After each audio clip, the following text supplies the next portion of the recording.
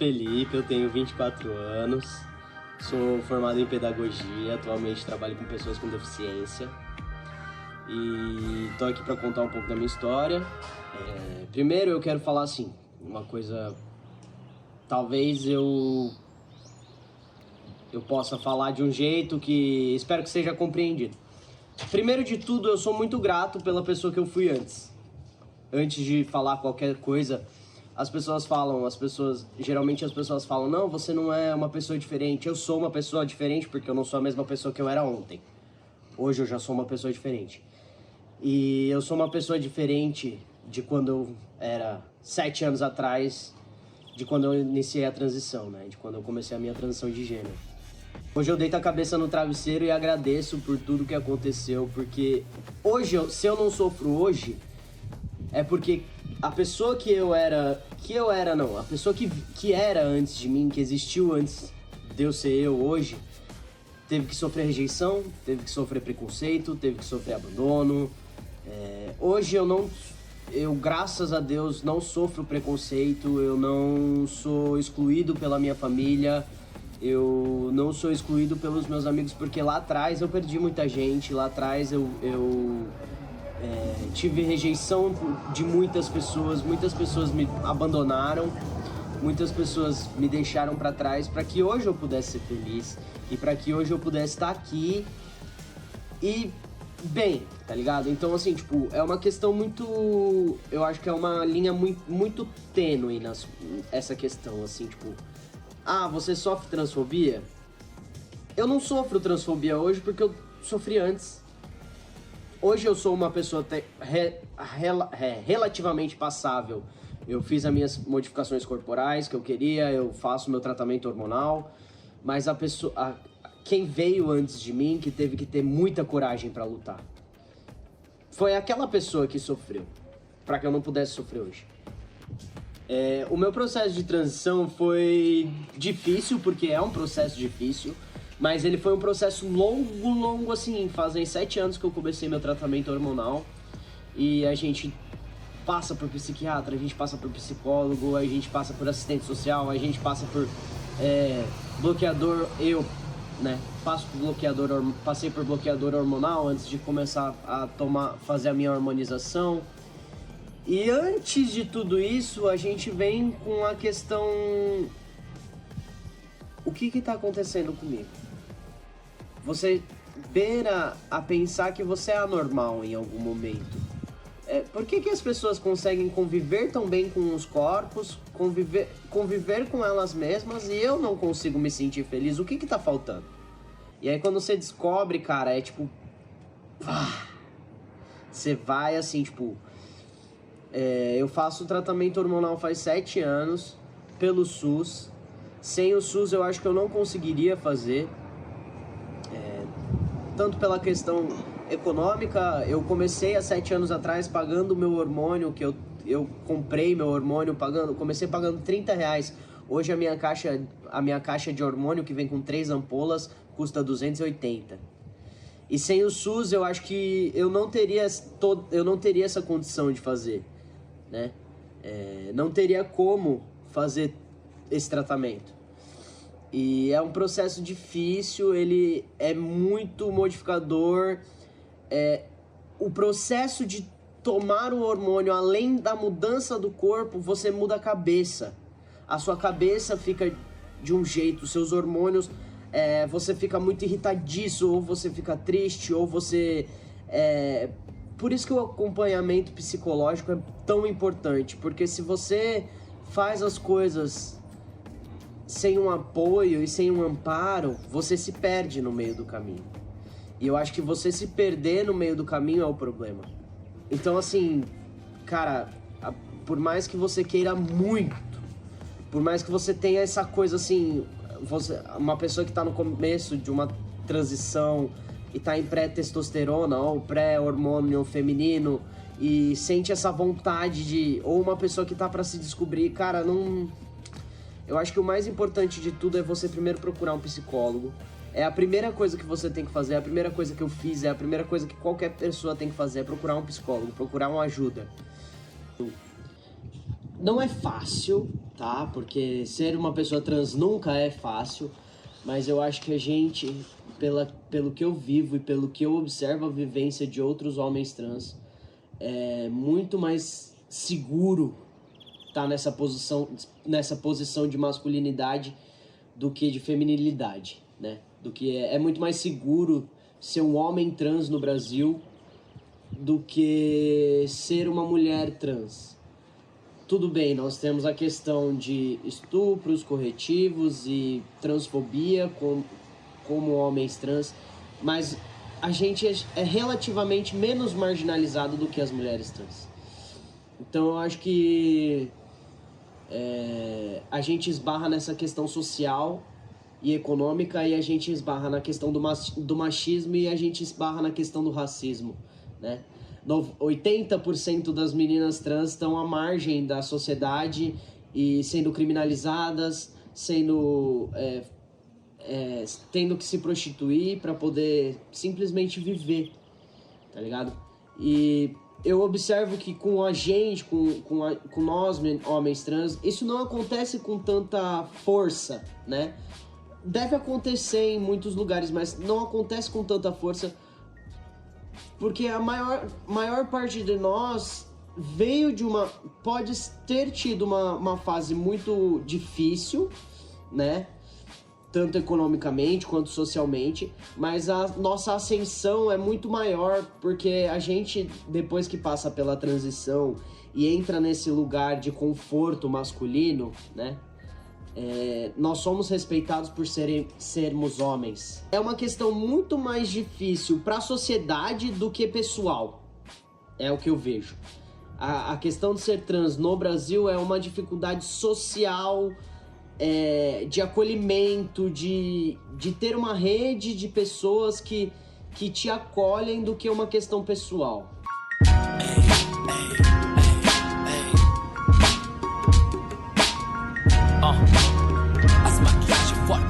Meu nome é Isabela, tenho 28 anos, comecei minha transição quando eu tinha meus 16 anos, no qual nem minha mãe nem meu pai me aceitou, entendeu? Minha mãe me colocou pra fora de casa no intuito onde ela achava que a vida iria me ensinar, entendeu?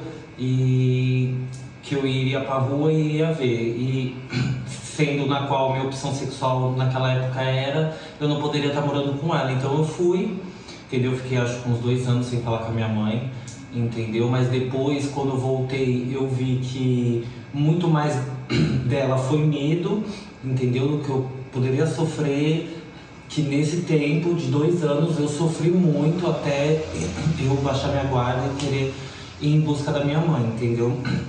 Voltei pra minha mãe, conversei com ela, entendi o lado dela. Ser trans é você ser uma pessoa alegre, mas através dessa alegria você esconder uma tristeza, um julgamento, 1000 coisas que você passa. Eu procuro dizer que assim, quando você nasce pra ser, você porque assim, às vezes eu passo na rua, ouço xingamentos, ouço piadinhas, sorrisinhos, mas são coisas que não chegam a me afetar, porque na qual eu me encontro pela pessoa que eu sou, entendeu? Meu pai nunca me aceitou, entendeu? Não me aceitava, né? Hoje em dia ele me aceita através de um amor, que ele teve que amar alguém, gostar de alguém, ver sinceridade nessa pessoa para poder querer estar comigo, na qual até é padrasto dela, é casado com a mãe dela.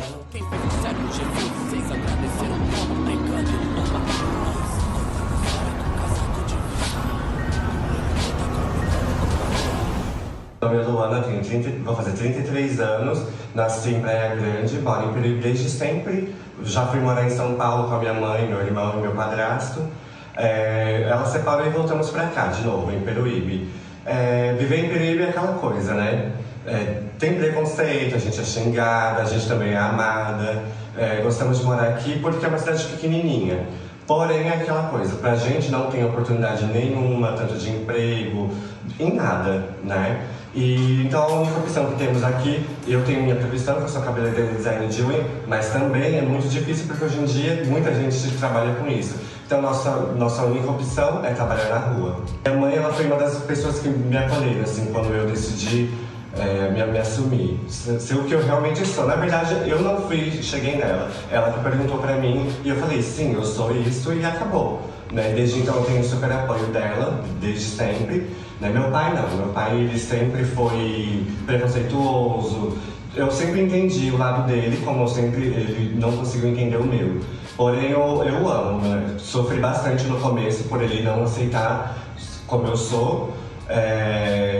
No comecinho, quando ele ficou sabendo pelas pessoas, né, porque as pessoas que contaram, ele não chegou a saber de mim mesmo, porque a gente nunca teve essa conversa, né, igual eu tive com a minha mãe. Então foi uma situação horrível, porque ele foi super agressivo comigo, né, ele disse que eu não seria mais filho dele por eu ser o que eu sou. Né? E de lá pra cá eu convivi, digamos, sozinha, eu, minha mãe e meu irmão, né? E trabalhando para poder me manter minha família, correndo atrás de tudo e sozinha, porque se fosse depender de trabalho em Peruíbe, a gente não tem. Mesmo que for para fora, vai ter que ser trabalhando em prostituição. Eu acho assim, porque a transição no começo ela é totalmente difícil, mexe com você demais. Os hormônios te deixam muito perturbada, te deixam louca. Então, outra coisa que eu aconselho muito, né, no começo da nossa transição é procurar um médico, porque você se automedicar é um perigo. E muitas meninas acham que a automedicação de hormônio, Perlutante, N35, essas coisas, se faz assim, comprando na farmácia, aplicou e já era. Não, gente. Tem muito problema atrás disso, que você pode ter de saúde mesmo, né? Então eu tive isso porque eu me dopava de hormônio, eu achava que realmente, nossa, eu ia ter peitão, bundão, e não é. A única coisa que eu tive, que realmente o peito cresce um pouco, só que começou a lactar meu peito. Isso é excesso de hormônio, né? Por eu não ter procurado um médico, não ter ido atrás para poder saber como seria.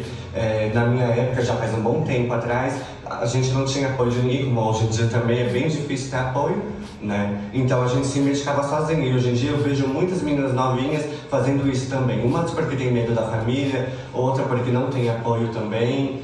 E eu acho que a gente precisa de um pouco mais de apoio, né? Para poder passar nesse processo de transição, tanto psicológico quanto de saúde mesmo, porque é completamente difícil você passar por um processo desse.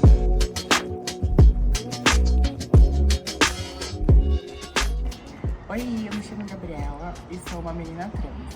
E agora eu vou contar um pouquinho da minha história. Eu sou filha única, do interior. Pra mim, eu senti que foi um pouquinho mais fácil sendo filha única, pois meus pais eram jovens, conseguiam me entender e me davam total liberdade. Então, eu diria que foi bem fácil mesmo, por conta da aceitação, sempre tive liberdade, meus pais nunca me negaram nada. E meio que eu tive ali um pouquinho de privilégio, vamos dizer assim. Quando você nasce uma menina trans, é muito fácil você ter bloqueios, a falta de autoconfiança. E eu sinto que ter nascido na minha família fez muita diferença para eu ser quem eu sou hoje, sabe? O meu processo de transição foi meio que eu nomeio ele como natural. Por causa que, querendo ou não, vai de menina pra menina e eu nasci com umas vantagens de ter nascido do jeito que eu sou exatamente. E meio que foi mais passável, mais fácil, eu sempre tinha os cabelos grandes. Meio que quando eu vi, eu já tava lá. E minha mãe, ela é super minha amiga. Tipo, a gente pinta unha junto. Minha mãe, sei lá, ela me dá até uma calcinha. Com 16 anos, eu já estudava na escola normal e eu passei num vestibular para estudar no campus IFSP, onde eu me formei em técnica em logística. Só que por hobby, hoje em dia eu nunca trabalhei nessa área, porém por hobby, desde daquela época do Orkut e tudo mais, eu mexia muito com edição de imagens, Photoshop, essas coisas. Daí hoje em dia eu faço alguns trabalhos como web designer. Mas, tipo, isso é algo que foi muito crucial, que eu sinto diferença de não ter deixado eu ir pro caminho ali da margem da sociedade, sabe? A família é muito boa, me acolhe muito e daí me tira da cabeça, sabe? Com 18 anos eu tive meu primeiro emprego fechado, eu trabalhava numa loja como vendedora, sabe? E daí fui transicionando, e pra mim foi super natural. Eu não fui no endócrino, nem nada, sabe?